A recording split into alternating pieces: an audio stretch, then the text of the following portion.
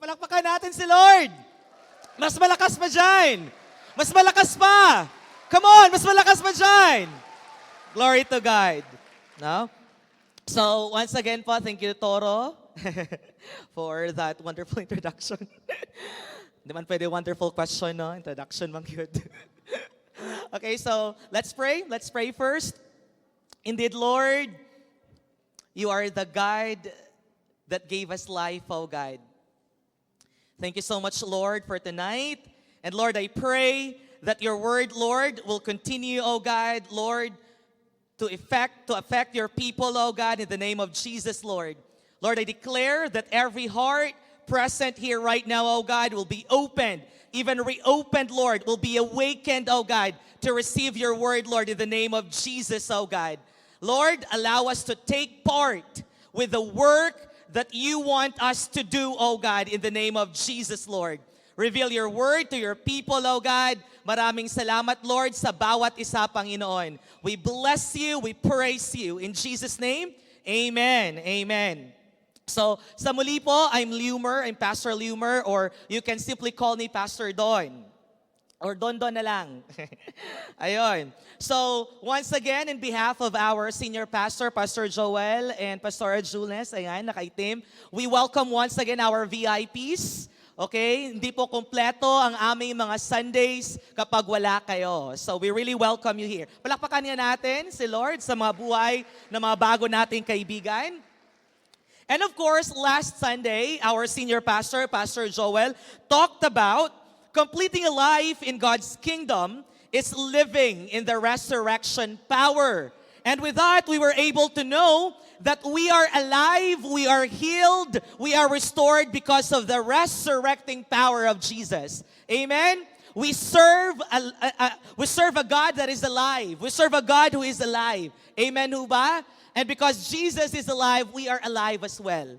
Tama? You know, we can kick, we can suntok, okay? We can talk right now, we can giling-giling, we can praise the Lord because we are alive. Amen? Ipakita nga mga smile ng mga alive na tao ngayon. Ayun. Okay. Maghiyawan nga mga alive na tao ngayon. At sa walang paligoy-ligoy pa, today or tonight, God's word for us is, completing a life in God's kingdom is to work while we can. Let me repeat this again. To work while we can. Magtratrabaho po tayo hanggat sa kaya natin. Magtratrabaho tayo hanggat sa buhay tayo. Magtratrabaho tayo hanggat sa may mga hininga tayo. Kailangan ko po manangalog ngayon. Kasi I believe lahat po tayo nakakaintindi ng Tagalog. Tama ho ba? Ilonggo manggid ko, pero Tagalog lang sa ta. Okay. So, right now, work. What is this work? Work is a noun. So a noun can be a subject or an object. Okay, kindly take note. We will have a quiz afterwards. So work as a noun, it is an activity involving mental or physical effort done in order to achieve a purpose or a result. As a synonym, we have labor, toil, exertion, effort, industry, even service. No, sa Ilonggo, orobrahon. Sa Bisaya, buluhaton. Sa Tagalog, may trabaho. Okay, may trabaho ka ba? Mabuti. Okay. And of course, this word could also be a verb, an action word. A verb is an action word. Just like swim, walk, talk. Okay, that's a verb. Okay? So work can also be a verb. So be engaged in physical or mental activity in order to achieve a purpose or result, especially in one's job. So do a job or do a work. Okay? So ibig sabihin po, ubra, no? Ubraha, trabahua, okay, buhata. So I believe God is telling us right now, this night or this evening, we need to work the work. Kailangan nating trabahuin ang trabaho. Kailangan nato buhaton ang buluhaton. Kailangan nato obrahon ang orobrahon. Amen ho ba? Amen. Are you excited to know that work? Yes. Ayon. Ang maganda dito sa church natin, sa CCFI, talagang excited tayo. So may mga problema, woo! Sino may gustong trabaho? Woo! Okay? We always want to serve. Amen ho ba? Amen. Ayun. And as I've said, God has given us work to do. May binibigay po sa atin ng Panginoon na trabaho. Kasi nga kapag sedentary yung life natin, nagkakaroon tayo ng sakit. So God has designed us to work. Why? Because God wants us to be healthy. Amen ho ba? No? Kaya gusto talaga ni Lord na magtrabaho tayo. So right now, what is that work? Ano ba yan, Pastor? Ano ba yan doon? Ano yung work na yan? In Matthew 28:18-20, it is plainly said, Jesus came and told his disciples, I have given authority in heaven and on earth. Therefore, go and make disciples of all nations, baptizing them in the name of the Father and the Son and the Holy Spirit. Teach these new disciples to obey all the commands I have given you. And be sure of this, I am with you always, even to the end of the age. Ano po maganda dito? If we will follow the work that God is giving us, kung tatrabahuin natin yung trabaho na gusto sa atin ng Panginoon, God said here, and I am with you. If you will take care of my business, I will take care of your businesses. Amen? No, sabi ni Lord, I will be with you. Just do this part. Just do this work. One work. And I will do your works. Amen? Grabe si Lord. Isa lang yung gusto ni Lord na trabahuin natin. And God will be with us to the end of the age. Are you excited to work now? Amen. Because we want that God is with us. Amen ho ba? Amen. Ayon. So what are those work? Himay-himayin natin. Isa-isahin natin. Now first is that go. God wants us to go. Okay? Ibig sabihin po, God wants us to decide to work. God wants us to work. God wants to start the work. Gusto ni Lord na umpisahan na natin ngayon na. Okay? Walang patumpik-tumpik pa. No, umpisahan na natin. Next is that, number 2, make disciples. We need to evangelize. We need to scatter the gospel. We need to share the word of God. Kailangan mamutawi sa mga bunganga natin kung sino si Kristo. Kailangan ipahayag natin ang mensahe ng Panginoon. Amen ho ba? Nagbitbit ang Bible dere. Next, to baptize. Baptize means to express the union with Christ. To be one with the Lord. To leave the old us and be one in the Lord, in His will, in His power, and in His heart. Amen? And to teach. What to teach? Unsa man, no, ano ang ating iti-teach, ituturo. Teach them to follow Christ with all their heart, mind, and soul. Na walang pag-aalinlangan, na walang pagdududa, buong-buo tayo. Okay? So right now, we are to make the most of the time that God has given us. Habang andito tayo, while we are here, while we can talk, while we can see, while we can walk, we need to do the work of God. Because it is said in Job 14:5, our days are numbered. Konti lang po yung buhay natin. Maiksi lang po. Okay? Katulad ng isang talata. We are temporary on earth. While we have opportunity, let us take full advantage and do the works God sent us to do. But when we talk about work, it is something na parang overwhelming. When we talk about work, it is something na napapagod agad tayo. But let me present to you this verse. Colossians 3:23. Work willingly. Work ng may saya. Work ng may kusa. That's willingly. Okay? Work ng may energy. Walang energy gap. Energy. Hindi tayo sasayaw. Work willingly at whatever you do. As though you were working for the Lord rather than for people. What is the danger of just working for people? Mapapagod po tayo. Working for the people may fail us. Working for the Lord will satisfy us. Amen? Working for the Lord will refresh us in the morning. Amen? But working for people in the morning, you will receive kasaba sometimes. Amen? That's the difference of the two. That's why every time we work, Kapag nagtatrabaho tayo, let's do it for the glory of the Lord. Amen ho ba? Amen. Kasi tayo mataling napapagod. So reality check. Being involved in the spread of the gospel message can be a discouraging thing. No, sometimes nadi-discourage din tayo. Okay? Even as pastors, preaching is not an easy thing. It's not easy peasy that we will just stand here and talk. No, hindi siya madali. I believe to spread the gospel, to do the sell, it's not an easy thing. Tama ho ba? Ang mag-share, it's not an easy thing. Often, it seems like your efforts are ineffective. Parang walang nangyayari. Dawa man may itabo, asa man. Okay. Right? It seems that it is fruitless. Parang wala lang. Parang wala ka lang ginawa, nakakapagod. Sometimes we preach the gospel, no, tumutulo yung mga pawis natin, tumutulo yung mga balas natin, no? Nagapaningkawat ka, bumba dito, hala, preach. No? But after that, seeing the eyes of people, no, seeing the faces of people, ganganganga lang, ang iba gapanguyab pa. Right? If an other would just yawn at you, kadugay na oras. Right? It's not easy. Sometimes for our cell leaders, no, dumamumu na kamo, dumadasma na kamo, natataranta kayo. Kung ano yung i-prepare nyo for the cell. But after that, at the end of the day, at the end of the month, at the end of the week, iiwan lang kayo. It could be very discouraging, I know. Some of you are in the business of sharing your faith to your friends, to your family, to your co-workers. Pero ano yung nakukuha natin? Tinatawanan tayo. We are being ridiculed. We are being rejected. And sometimes we are being attacked. Tayo ang pulutan sa mga chismisan nila. Right? Tayo ang pulutan sa mga chismisan sa trabaho. Tayo ang pulutan sa chismisan sa school. Ayaw nila sa atin kasi puro tayo Jesus, Jesus. Ayaw nila sa atin tayo ay alive, alive.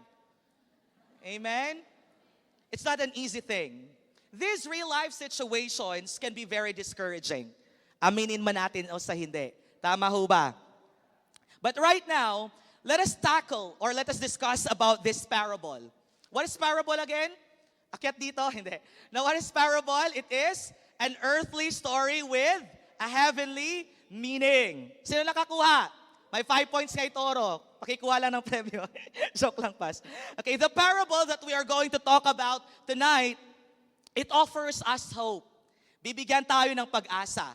Especially to us who take time to share our faith with others. Especially us who really take time, who really spend time para ibigay yung mensahe ng Panginoon sa ibang tao. So right now, this parable is the parable of sprouting or the growing seed.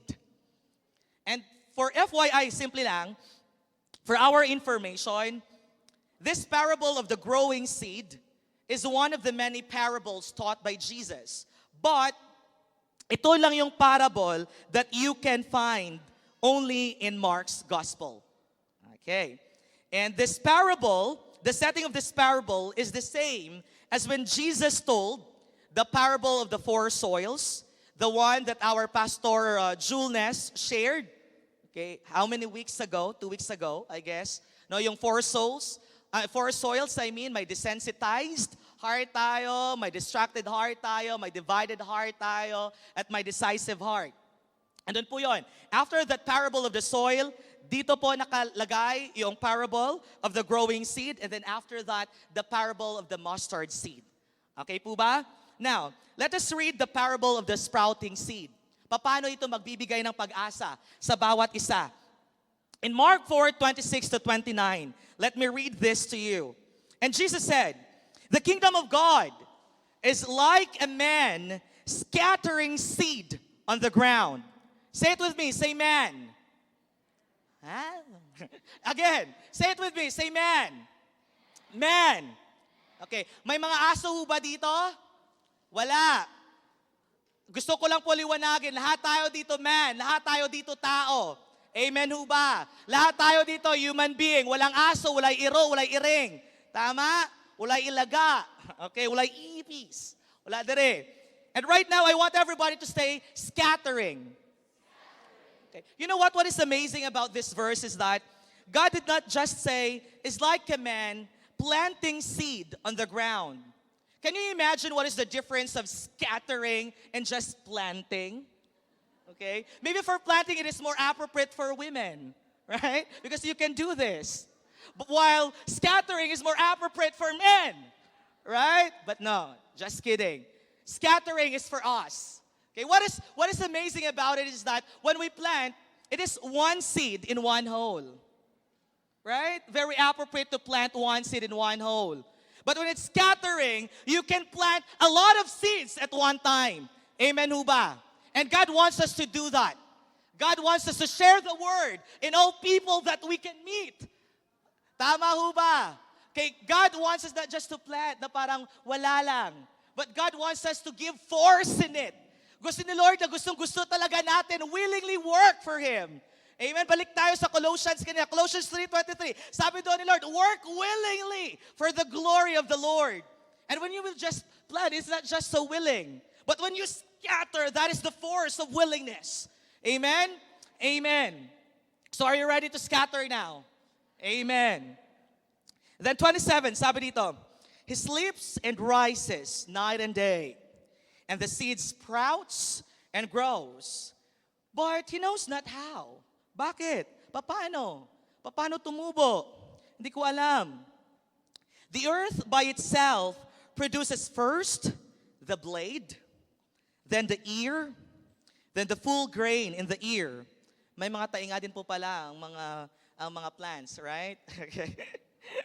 Pero ibang ear to. Later. But when the grain is ripe, at once the man puts in the sickle, the gabas, because the harvest has come.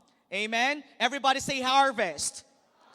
I know everyone is so excited for the harvest. Amen? Amen. And we will talk about that later. And right now, talking about harvest, let's watch this video.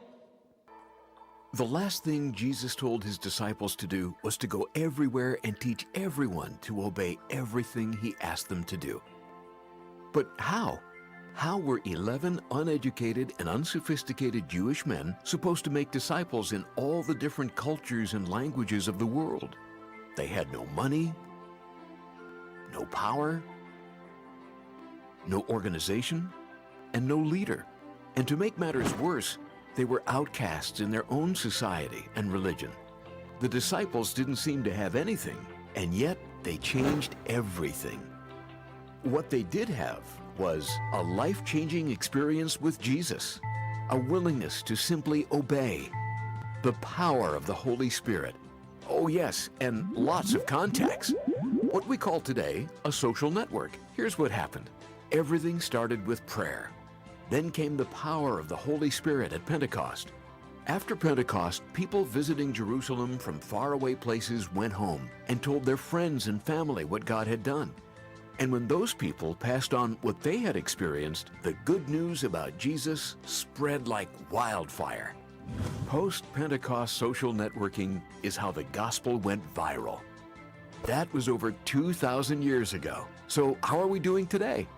There is some good news and some not so good news. The good news, the number of Christians is increasing. The not so good news, the percentage of Christians is stuck.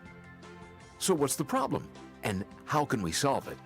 The biggest issue seems to be that not all believers in Jesus are actually obedient followers of Jesus.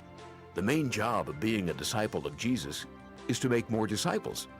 But not many people are doing that today. In the first century, what created a spiritual revolution was disciples making disciples who made disciples. Dozens became hundreds, hundreds became thousands, and before too long, thousands had multiplied to millions. All because ordinary people simply obeyed what Jesus told them to do and taught those who responded to do the same. We think this is an idea whose time has come again. We call it disciple-making movements, or DMM for short. It's a movement because it can multiply naturally. So how do you start a disciple-making movement? Okay, thank it's you. actually very simple. I think that's enough. Palakpakan natin si Lord. Ayun. Glory to God. No, in this church, we are doing that movement.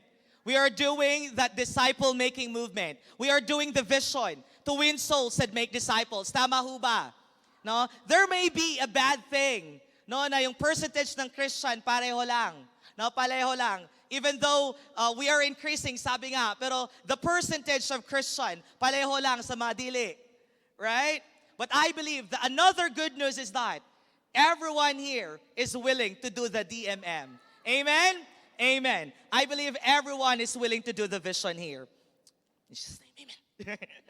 Ayun. So right now, I want you to understand, maybe katulad din tayo ng mga disciples na yon. We don't have enough money. We don't have that really good job. Maybe we were outcasted, hindi man sa community, pero sa balay. But right now, you can still do this work. Why? Because this gospel, the parable of the growing seed, gives us or tells us that the gospel seed has its own power. You don't have to be rich. You don't have to be super guapo. You don't have to be super macho. You don't have to be super tangkad just to do this work. Amen? The gospel alone, the word of God alone, has its power to change the world. Amen? That's the good news about it. And now, remember this. We may not see immediate results. Hindi man natin makita agad-agad yung pinagagawa natin. Of course, we are not expecting na kapag na-win natin, may disciples agad. Kakatapos silang mag-encounter, may 12 agad, may 144 agad. Tama ho ba? Wala nag-expect na ganon. Wala nag-expect sa atin dito na kapag tinanim natin yung bato, kapag tinanim natin yung seed, maumunga agad. Tama ho ba? So once upon a time lang yan nangyayari. Pero sa totoong buhay, hindi. Nakuha ho ba natin? But we have to wait. So we may not see immediate results. Di man agad-agad. But remember this, that the gospel with its power will bear fruit in God's time. Amen? Amen. So right now, what is that work that God is giving us? What is that mysterious work that God is giving us? First, number one, there is a steadfast work. When we talk about steadfast, sige. When we talk about steadfast, it is being faithful. It is being committed. It is being dedicated. It is being consistent. Sige, walay tumpay. Walang humpay na ligaya, walang humpay na pagtatrabaho. Okay, whatever happens, that's being steadfast. Now, what is the steadfast work? In verses 26 to 27, Jesus said, the kingdom of God is like men scattering seed on the ground. I would like you to take note, men who is scattering. He sleeps and rises night and day, and the seed sprouts and grows. He knows not how. Remember this. For the farmer, that work is a work of faith. Why? Why is it a work of faith? Bakit trabaho ng pagtuo ito? He does not return to the field every day to dig up the seed to see if it has germinated. Meron ho ba sa atin dito na nung nagtanim tayo, nagsabog tayo ng liwanag, nagsabog tayo ng mga seed, no, bawat araw pinupuntahan mo talaga, kakaykayin mo ulit, bubungkalin mo ulit ang lupa. Tapos titingnan mo, may tumubo na ba na ugat? Ay wala pa, babalik na naman ako maya-maya. Ay kukutin ko na naman, bubungkalin ko na naman. Right? Tapos titingnan mo naman, ay may tumubo na ba? Wala pa. Bumabalik ka na naman. Meron ba dito? No. But when we plant, when we scatter the seed, we allow it to stay on the ground and allow it to grow. Amen ho ba? Amen. In that way, we know that it's a work of faith. The farmer allows God to grow the seed. Amen ho ba? Hindi niya man alam, basta yung pagkakaintindi niya lang, na kapag tinanim kong butong to, tutubo ito, at mamumunga ito, at mag-harvest ako. Amen ho ba? Okay, but we don't know why. We don't know how. We just learn in science that we need sunlight, we need nutrients of the soil, pero hindi talaga alam natin, punto per punto. Tama, Kuya Tuning? No, punto per punto kung ano talaga yung nangyayari. He sows his seed and he leaves the results in the hands of God. The farmer knows that the growth of the seed is God's business. Remember this again. The growth of the seed is not our business. It is not man's business, but it is God's business alone. Amen. Therefore, he sows it, he plants it, he scatters it, and trust the Lord to make it grow. Only God can make it grow. The farmer's task is to sow the seed. when he has done that, he has fulfilled his primary duty. And God is telling us right now, anak, my son, your primary duty, yung duty mo talaga, your purpose being here is to scatter that seed as well. Amen? Amen. Here, in Mark 16:15, para malaman talaga natin that God wants us to sow, He said to them, go into all the world and preach the gospel to all creation. Again, go and preach the gospel. Ipahayag mo ang mabuting mensahe. Ipahayag mo si Hesus Kristo sa buong nasyon. Amen? God wants us to do that. You may not be a preacher. You might not be a pastor now. You might not be a cell leader now. But if you are saved, you have a testimony. Can I have all the hands ng lahat na na-encounter dito at sabay yaw? Woo! Ayon. I believe those people are enough. Those experience, the experience that you had at the encounter, that personal experience, that amazing experience, that lovely experience, that mysterious experience na naranasan nyo sa Panginoon, I believe that's enough to sow a seed to a friend, to a family member, to a co-worker. Amen ho ba? Naniniwala po ako na lahat tayo dito, naranasan natin yung pambihirang karanasan during the encounter. Amen ho ba? Amen. But I want to tell you this again, that the encounter is not the end point. It is just the starting point. Amen? Amen. So be ready for more points. And because of that, we have another point. Here, I know that God is telling us to work, right? However, when we share the gospel with another person, we have no control over the results. In fact, the results are not our worry. It is of God's. Our duty, again, is to sow the seed. The results are in the hands of the Lord. Our responsibility, again, ang responsibilidad lang talaga natin is to sow the seed. Water it. Consolidate that person when we can. And let the Lord go do His work in the hearts and lives of those people. If you are a witness for the Lord Jesus, keep sharing His story with others. He will honor your efforts and get busy doing what the Lord saved you to do. We are saved to do that work. Amen? We are saved for God, for Jesus to save the many. Amen ho ba? But why some experience spiritual burnout? Bakit yung iba, no, if not some, it could be many. No? Or if it's not many, maybe all of us right now. No? Aminin naman natin o sa hindi, there are times wherein we experience spiritual burnout. Napapagod tayo. Na-experience natin yung laay. Na-experience natin yung walang kagana-gana. No, parang gumising ka na lang, you're doing yourself, it's just routinary. At nagising ka na lang isang umaga, sabihin mo na, I will stop doing the vision. Because pagod ka na. Di nyo ako maintindihan, basta pagod ako. Right? What is burnout? Sunog. Hindi. No, burnout is, hindi ibig sabihin ng burnout, no, sunog ka na, kaya umitim ka, no. Burnout is commonly described as an exhausted state. Pagod. Okay? Yun lang, pagod ka. In which a person loses interest in a particular activity or even in life in general. Burnout can happen anywhere. No one is exempted. Kahit nasa church po tayo, we could experience burnout. Kahit nakaupo lang po tayo, mararanasan nating pagod tayo. Kahit bagong gising ka pa, sometimes nararanasan mo parang pagod ka na. Amen ho ba? It is the result of overwhelming demands of responsibilities. Estudyante / nanay / anak / manager. Estudyante, manager agad. No? Or tatay / disciple, no? Tatay ng 8 / okay, tagahugas / tagalaba. Right? Ang daming responsibilities. And you are so overwhelmed. No, you are so overwhelmed with all those demands in life. And because of that, it could be from other people, it could be from you yourself. No, talagang sinisisi mo lang yung sarili mo, pagod ako. Sinasabi mo lang talaga pagod ka. Kaya kahit wala kang ginagawa, basta pagod ako. Okay? It is caused by yourself.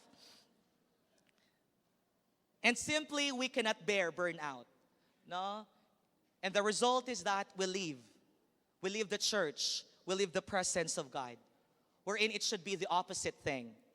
When we are burnout, we should go back to the source. Why? Why we do experience burnout? Let me tell you this. Burnout is the result of self-reliance. Akin to. Trabaho ko to. Ako ang gumawa nito. Ako sa math, ako sa English, ako sa recess, ako lahat. Okay? Ako. Self-reliance or self-dependence is the start of cutting yourself from the source. And who is the source? That's the Lord. That's Jesus. When you feel burnout, it means you are now relying on yourself. Kasi may trabaho ka. Kasi may pera naman ako. What more can I ask? Gwapo naman ako. Okay? And because of that, no, magaling naman ako mag-istorya. No? Magaling naman akong mamulatik. No, so I can do this. I can do the vision, easy peasy, madali lang. And because of that, because you are doing it on your own, you are cutting yourself from the source, and burnout will start. Just like a faucet. If you are connected to the source, ang gripong yan kapag connected sa source, no, pwede mong hinaan, pwede mong ipalakas. You can do, no, what you desire with that water. Tama? But once it is cut from the source, nung una siguro may aagos pa na tubig. Okay? May tutulo pa na tubig. Then after a while, hihina na ang tubig. And after that, droplets na lang. Until such time na wala na talaga. Because it is cut from the source. So, anong dapat gagawin natin? Remember this. The self-reliant take upon themselves the role of the Savior rather than trusting God to accomplish His own will. Yeah, sabi ni Lord, magtrabaho tayo. Okay, but there are things like changing the lives of those people is not your work. Your work, again, remember, is to sow. Let me repeat it. Your work is to share. But if you are rejected, but if the person will not change, it's not your work alone. It is God's now. So do not reject yourself. Do not kaluo yourself. Because it's not your work anymore. Amen? Jesus said, Matthew 11:28-30, "Come to me, all you who are weary and burdened, and I will give you rest. Take my yoke upon you and learn from me, for I am gentle and humble in heart." That's why devotional is very important every day. Come to me. Read my verse again. Be inspired again with my word. And you will know that I am gentle. You will know my heart for you. My heart for you is good. And with that, that burnout will just vanish. That burnout will just hawa from your life. Amen? Amen. And you will find rest for your souls. For my yoke is easy, God said, and my burden is light. Biskan tambo ka pa, you will feel light when you are in the presence of the Lord. Amen? Amen. May nag-amen sa likod. Maraming mabibigat sa likod. Just kidding. To prevent spiritual burnout, see the importance of God's work and depend on the continual supply of His Spirit. Always rely in the Lord. Always give the glory to the Lord. Always say that I need you more, Lord. Always say to the Lord that I need new wineskin. I need more of you, Lord, every day. In that way, we will burn for God. We will be on fire for God without burning out. Amen. Palakpakan natin ang Panginoon. Zechariah 4:6. So he said to me, "This is the word of the Lord to Zerubbabel. Not by might, nor by my power, nor by skills, nor talents, nor kanami magstorya, nor sa pamugas-mugas mo diha, but only by the Spirit of God." Amen? Micah 6:8.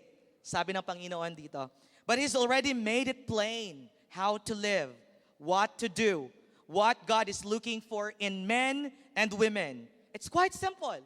Simple lang. Do what is fair and just to your neighbor. Be compassionate and loyal in your love. And don't take yourself too seriously, but take God seriously. Amen. Can I hear a loud shout of amen there? Amen. Remember, the steadfast work is number one. It is a human ministry. God needs us to work here. Again, man scattered the seed. We are the winning and the multiplying machine of the Lord. We are born for this. We are born to multiply. We are born to scatter. Why? Balikan natin in Genesis. During the creation, God said, "Now therefore go again, subdue the earth, and multiply." I want you to really multiply. That is God's design for us. And even in Ephesians 2:10, sabi dito ni Lord, "For we are God's masterpiece. He has created us anew in Christ Jesus, so we can do the good thing, and that good thing is to scatter the seed. That good thing is to sow the seed. That good thing is to scatter the message of God." Amen? And that good thing, He planned for us long ago. Kahit hindi pa tayo ipinanganak. Even before we were formed in the womb of our mothers. Amen ho ba? God has been given us the task of carrying the gospel seed wherever we go, and we are to sow it as we go. Amen? Amen. And as it is our work, because it is a human ministry, remember, it is also a humbling ministry. Walay ato dire. We may sow, but we cannot bring life out of the ground. Remember that. Hindi tayo ang bubuhay sa tanim. We can only sow the seed. That is the human part in the work. But the growing again depends on the Lord. It is our responsibility to pray for that person. Kailangan natin ipag-pray, kailangan nating luhuran. But it is God who will answer that prayer. We can be praying for the changed life, but it's God who will change that life. It is not us who is praying. No. We can win. Yes, we can go to school, we can go everywhere. We can win. But it is God who will save. We can consolidate. We can talk to that person. We can bring merienda to that person. But it is God who will make that person remain. Amen? It is a humbling ministry that we can do the work, but God can make it grow alone. Amen? And we may question, may mga katanungan din tayo. Yeah, I sow the seed. Ginagawa ko po. I do the work. But why doesn't every witness produce a saved soul? Pero bakit marami pa rin nagre-reject sa akin? I do the work, yes, oo. Pero bakit ang dami pa rin hindi tumatanggap kay Kristo? Again, remember, not all seed falls into a good soil. May mga pusong bato na, desensitized heart. May mga pusong distracted. May mga pusong divided. Hindi alam ang plano sa buhay. No, marami pang ginagawa. Hindi pa alam kung ano yung prioridad sa buhay. That's why the word may be rejected. But all the sower, remember this again. Balik tayo, it is a human ministry. All of us, all the sower can do is sow the seed. The condition of the soil is not our worry. Why? Second point. In this steadfast work, we need to remember that there is a secret work. There is that secret work of the Lord that will just cause us to just be amazed, to be overwhelmed every day. There is a lovely mystery about the Lord that even with a simple word that you gave to that person, tingala ka na lang after that day. Wow, nag-change na siya. Simple lang man. Simple lang yung word na yon. Ginakurog pagani ko. I'm shaking upon sharing that word. Hindi ko man ako, pero grabe lang yun. No? God was able to change that person. That is the secret work. As the farmer goes about his business, an amazing thing happens. Kasi sabi nga sa verse natin kanina, he sleeps at night and he goes back to work in the morning. He goes back to work in the morning. The earth that appears to be dead suddenly begins to show signs of life. One day, there's nothing in the field but dirt. Siguro, isang araw, habang nagsishare ka ng word, parang wala lang. Blanko lang ang mukha ng taong yon. Blanko lang ang mukha ng kaibigan mo. The next day, there are little sprouts everywhere. No, makibot ka na lang. No, that one day, that friend will text you, "Can I go to your church again? Can I go to your cell again?" No, kahit hindi mo alam, no, parang nangluya ka na, kay wala lang man siya response. How's the word? How's the cell? PPD, hindi. No? Parang wala lang, parang blanco lang. But one day, no, malipay ka na lang. No, makibot ka na lang that he will text you again. Or maybe, no, pinupush mo talaga yung kaibigan mo to encounter. Then parang wala lang. Busy ako parate. But then one day, siya na mismo pupunta sa'yo, kakatok sa bahay mo, magte-text sa'yo, tatawag sa'yo.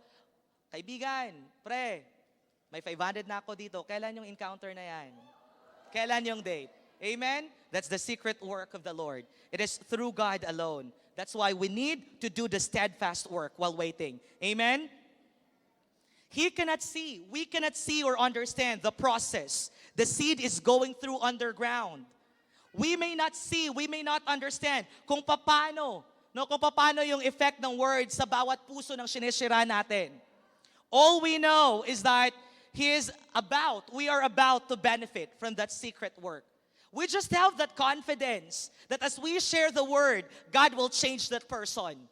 No, in this secret work, in this steadfast work, basta alam mo lang, you are just trusting God, you have that faith, you have that trust, that one day, I know, Lord, mawiwin tong taong to. Amen ho ba? Amen. The process involved in the transformation from seed to fruit is the work of God. It is not ours. No farmer, nor scientist, and no philosopher can clearly explain how a dead, dormant seed can produce life when it is buried in the soil. When it is sown into a prepared heart, it is a wonderful mystery.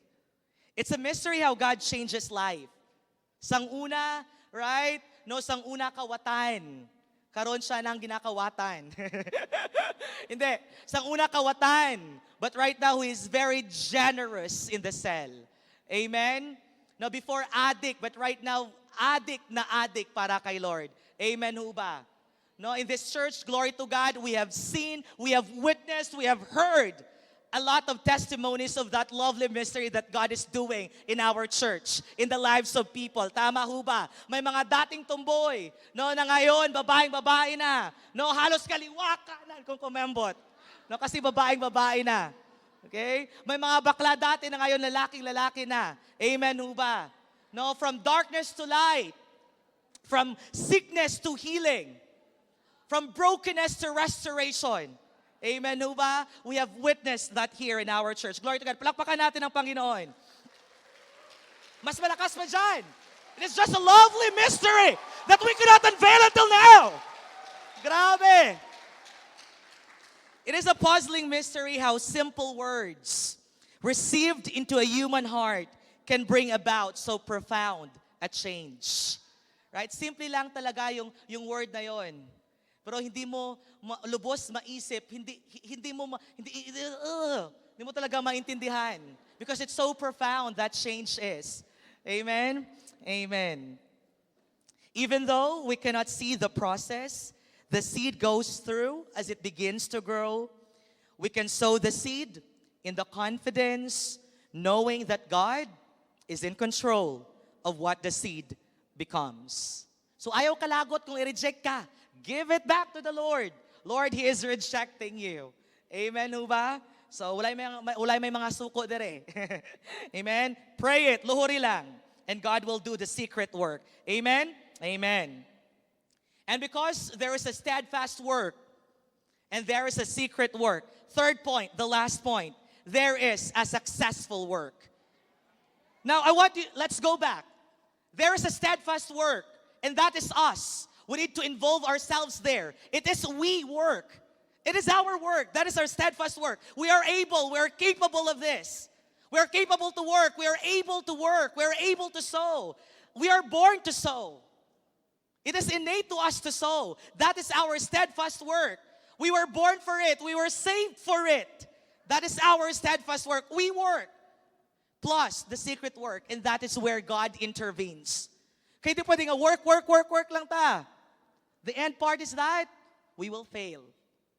Mapapagod tayo because it's us alone. We don't have the source. We don't have the mighty source. But when God intervenes, He will do the business of growing. And that would equal to that successful work. Amen ho ba? Palakpakan natin ang Panginoon. And right now, I want you to see your hands. I want you to see your hands right now. No, tingnan natin yung mga kamay natin. I want you to see that hand will start to sprout the seed. Will start to sow that seed. Tomorrow, tonight. See that hand. And when you are starting that sprouting, when you are starting that growing of the seed, when you are starting that sowing of the seed, God will intervene in your life.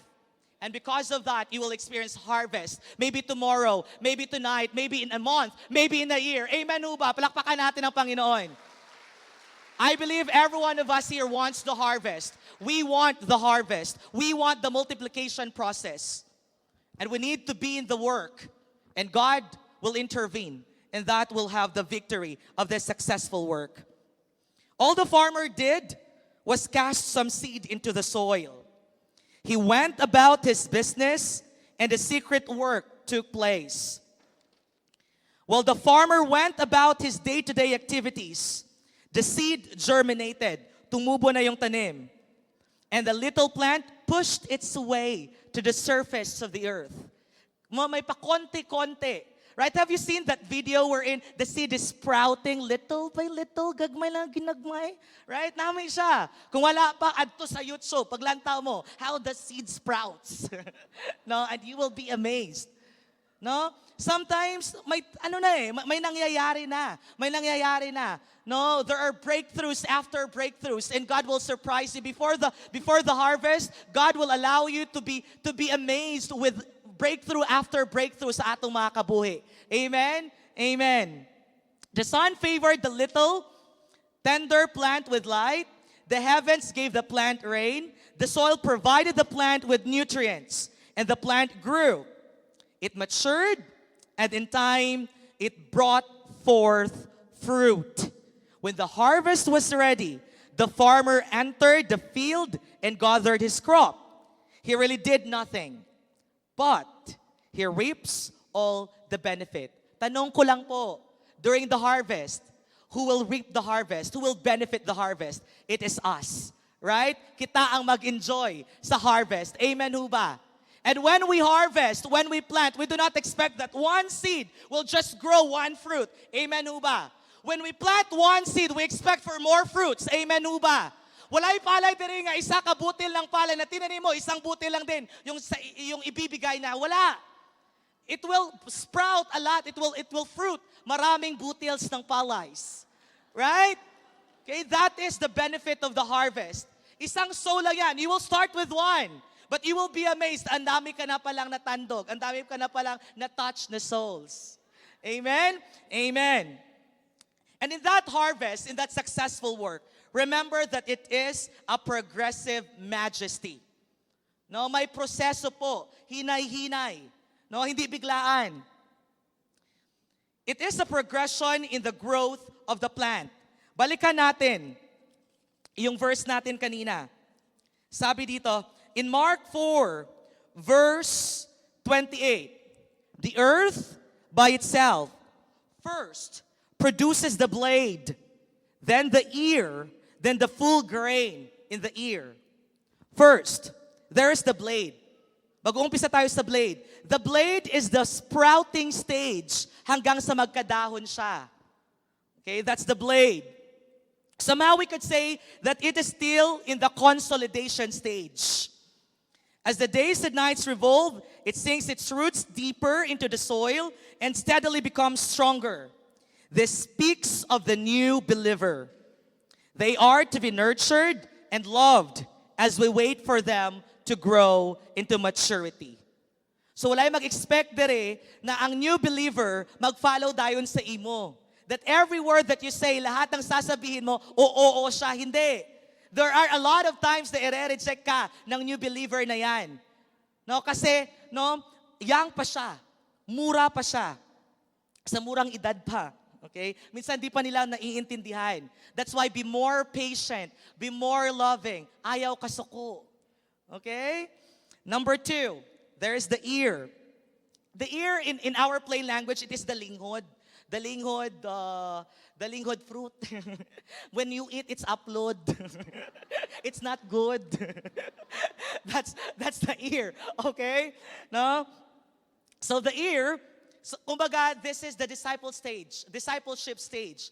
May fruit na pero hindi pa. Pwede na pero kulang pa. It needs more rebuke, it needs more pruning, no, para magtubo talaga. This speaks of the middle stages of the Christian life. The believer is stronger and shows the promise of the fruitful future. When we do discipleship, we always see the good future in that person. Tama? Walay leader dire, walay discipler dire nga makita gani iyang disciple biskan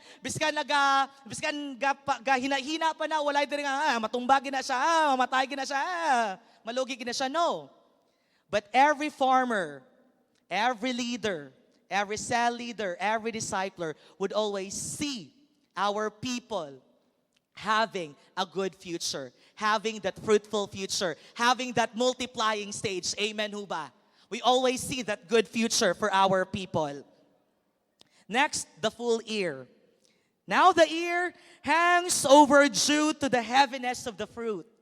Ito na, malaki na, no, mabigat na, no, hindi mo na alam, no, net pa diha, kay damo na catch, damo na harvest. This is now descending stage. This is now that you will enjoy multiplication and more growth. It is the time that you will benefit from the victory of that fruit. Amen? Amen. This speaks of maturity in the Christian life. This is the stage of victory, usefulness, and glory.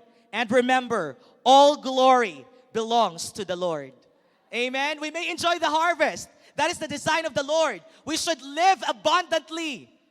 But remember, give back the glory to the Lord. Amen? Because in this successful work, it is a profitable majesty. We enjoy in the vision. Seeing our people spreading the gospel on their own is indeed a joy.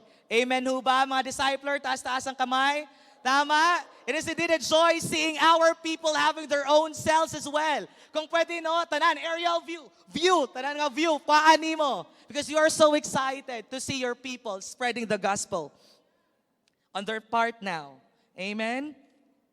So in conclusion, the business of saving souls is God's business, not man's.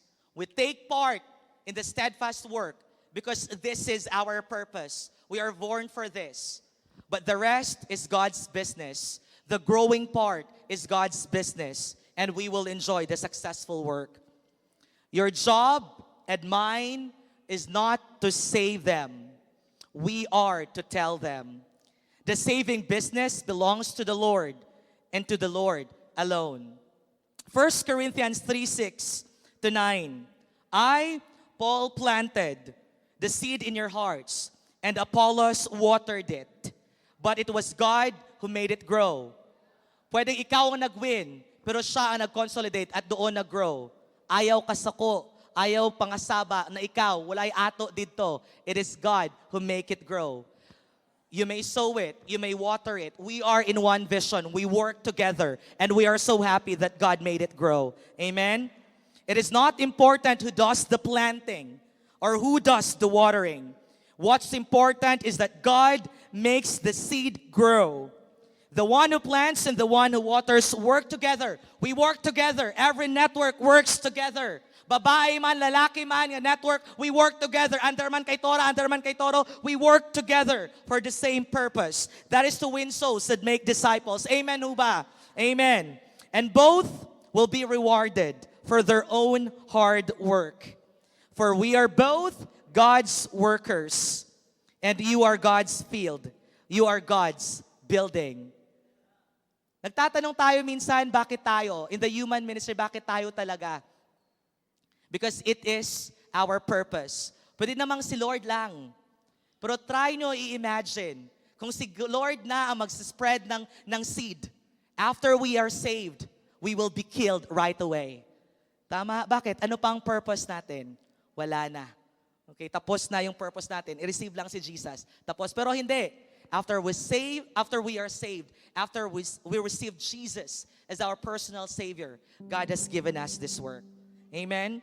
Even as pastors, ako mismo, after my encounter, nagtrabaho ako in the kingdom of God. Pero may mga pagkakataon, nanghina din ako. I was burned out po. Pero ako nasunog yun ha. Okay? Napapagod din. There were times wherein isa-isa sa mga disciples ko nangawala. Nawala sila. No, isa-isa sa ilaha. And there was time wherein si pastor mismo, si Tora mismo, they invited all those disciples nga nangawala. Ginserba nagbatsoy ni Inday para ba silang man mo balik kanunay. No? But still, some of them, they decided, no, hindi na gyud mo balik kay Lord. But I thank God for some who remained because they are appointed by the Lord to remain. Because a lot can be called, but only few are chosen. And with this experience, let me just read you this. Mabilis lang to. This is a poetry that I adopted from Para sa Nag-iisa by Brian V. Pero may change lang ako na ibang lyrics. This would comprise my experience in the Lord. Nung napagod din po ako. Kami din po, no, before itong Tiboli Church na hinayaan ako ni Lord to have this, no, this was my experience. Isang madilim na gabi, di makatulog na babalisa, naisipan kong kausapin ang buwan. Sa aming taimtim na pagsasalitaan, na ikwento ko sa kanya ang tungkol sa ligalig na aking nararamdaman. Binuhos ng laman ng garapon ng nakaraan noong mga panahon na ang salitang ako at ang salitang pagod ay magkasing kahulugan. Tinanong ko ang buwan, napapagod ka rin ba? Kasi kahit gaano kadilim ang gabi tuwing nakikita kita ang nagsisilbi, ang ibinabalik mo sa aking larawan ay mga labing nakangiti. Nakaramdam ka rin ba ng lungkot? Kasi kahit gaano kalamig ang magdamag, tuwing nakikita kitang lagalag sa impapawid, tila hindi nangihinang liwanag mong atid. Nakakaramdam ka rin ba ng panghihina ng loob? Ng kawalan ng pag-asa? Kasi kahit ako, hindi ko mabilang ang mga pagkakataon, nalunod ako sa pagod. Mga gabi na sinubukan kong lumaban pero natalo ako sa takot. Sa totoo lang, minsan, nagsasawa din akong maging ako. Pero mas sawa na akong magpaalila sa mga kasinungalingang naririnig. Tapos na ako sa mga lawiswis ng sanga at ingay ng mga kuliglig, kaya't kung meron kang sagot, kaibigang buwan, handa na akong makinig. Kaibigan, sagot sa akin ng buwan. Sabi niya, nauunawaan kita. Noon, ako rin ay tulad mo. Maraming tanong. Hindi ko alam kung anong silbi ko sa mundo. Kung bakit ako kakaiba, kung bakit tila paikot-ikot lamang ang buhay ko sa mundo ng iba. Kung meron ba akong layunin, meron ba akong dahilan? At kung meron man, kaya ko bang gampanan? Kaibigan, maniwala ka sa akin, maski ang buwan ay marami ring kinakatakutan. Pero ang lahat ng tanong ay may sagot kung tama lamang ang iyong hinuhugutan. Napapagod din ba ako? Oo. Pero kaibigan ko ang mga ulap. At sa mga panahong kailangan ko nang masasandalan, silang siguradong andyan. Handa akong saluhin mula sa lawak ng kalangitan. Handa akong ipagtanggol kapag ako'y nasasaktan. Dahil may mga gabi na ang mundo ay sumusuntok din sa buwan. Nalulungkot din ba ako? Oo naman. Pero kaibigan ko ang mga bituin.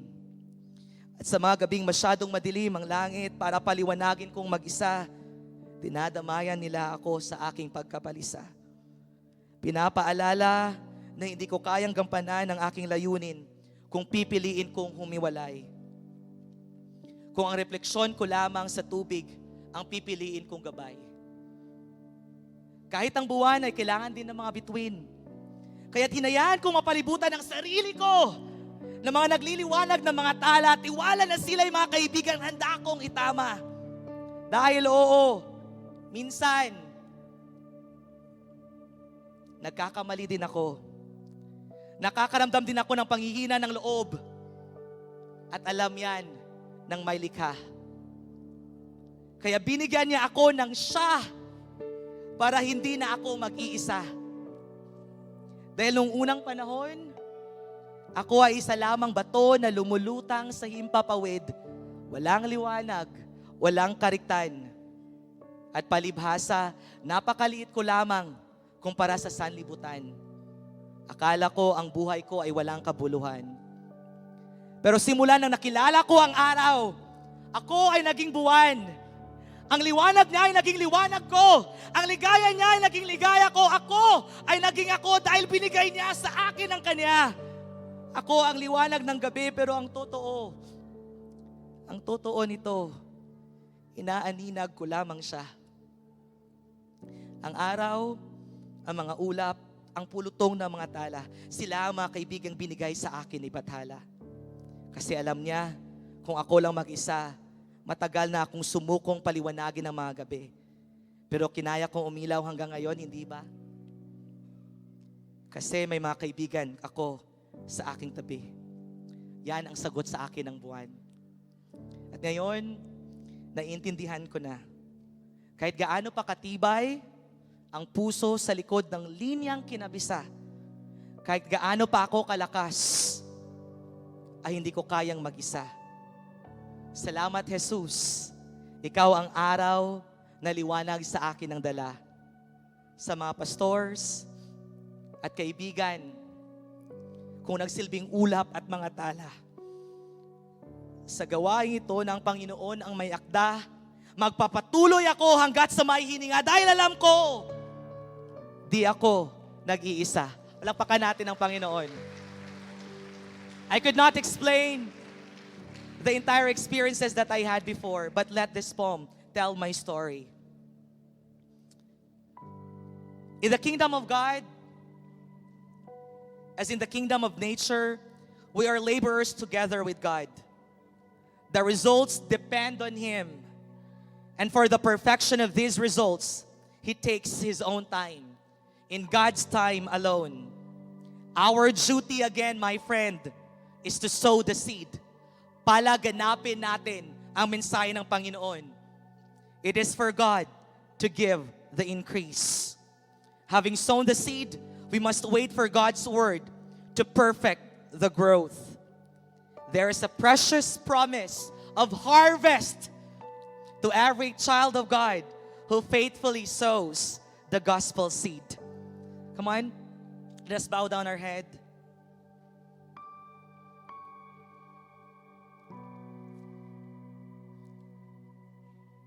We may be here for years at parang wala pa rin nangyayari. We have been sowing the seed, pero kakonte pa rin at tumatanggap kay Kristo. Or you may that person now, you are already saved. But the question is, are you sowing the gospel like Jesus wants you to do? Are we sowing the gospel willingly? For us to see the harvest, for God to be glorified in our harvest.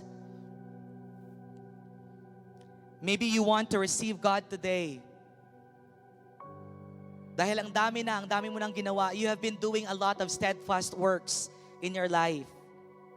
But my friend, let me tell you, ang dami ka mang ginagawa, kaya hindi mo makita-kita ang harvest. Because the secret work is lacking. You need Jesus in your life. You need to have Jesus in your life. And I believe tonight, God is talking to you. And God wants you to scatter the seed. God wants you to willingly and forcefully scatter the seed tonight, tomorrow, every day, wherever we go. I believe that God is talking to every soul right now. I believe that God is talking to every heart right now. And we are so hopeful. Thank you, Lord, that we will have great harvest after this in the name of Jesus. In the name of Jesus. Lord, thank you. Maraming salamat, Panginoon, for appointing us to this steadfast work. Maraming salamat po sa paglalagay ng pagtatrabaho sa mga puso namin. Thank you for trusting us to do the sowing. Maraming salamat, Panginoon, na kami ay pinili niyo po to do the sowing. We are chosen. Thank you, Jesus. Thank you for this purpose, Lord. Lord, make us humble every day, knowing that we can only scatter the seed, but it is you who will do the growing, Lord. It is you alone, Father. It is you alone, O Jesus, who can do the growing. Lord, we are confident that our labor is not in vain. We will do the steadfast work now, and we know that you will intervene, Lord, and we can have the harvest, oh God, in the name of Jesus, Lord. We are so hopeful of the victory, oh God, in the name of Jesus, Lord. We love you, oh God. We praise you for this, Lord. We adore you, oh God, in Jesus' name. Amen, amen, and amen. Palakpakan natin ang Panginoon. And right now, can I talk to our first-timers once again? Pwede ho ba tayong tumayo? Samahan natin yung mga nag-invite, yung mga nag-sow. Samahan ho po natin. Palakpakan natin yung mga first-timers natin. Come on. I believe you are so expectant for the harvest in your life. Palakpakan natin. Come on. Mas palakpakan pa natin. Siguro nahihiya lang sila. Sige, come on. Tayo lang tayo. I don't know your background. Hindi ko po alam kung saan kayo nanggaling. But one thing is for sure. You want harvest in your life. You want excellence in your studies. You want promotion. You want a good life. You want a good harvest in your life. That's one thing for sure. But even though you will work, you cannot have that successful work. Because what is lacking, it's the secret work that only Jesus can do it for you. Amen? Amen. So right now, what are we going to do is to receive Jesus as our personal Savior. Just follow me in this prayer. Okay, Huba? Leaders, follow me. Lord God, we praise you tonight. Thank you, Lord, for telling us that we have a work to do. Lord, thank you that tonight you talk to me that life will end up nothing without you. Lord, tonight, I declare I receive Jesus as my Lord and personal Savior. And Lord, my life will never be the same again. Lord, I know and I am expectant for the harvest. Maraming salamat, Lord. I want to grow in you, oh God, day by day. I love you, Lord. In Jesus' name, amen. Amen. Palakpakan natin ang Panginoon.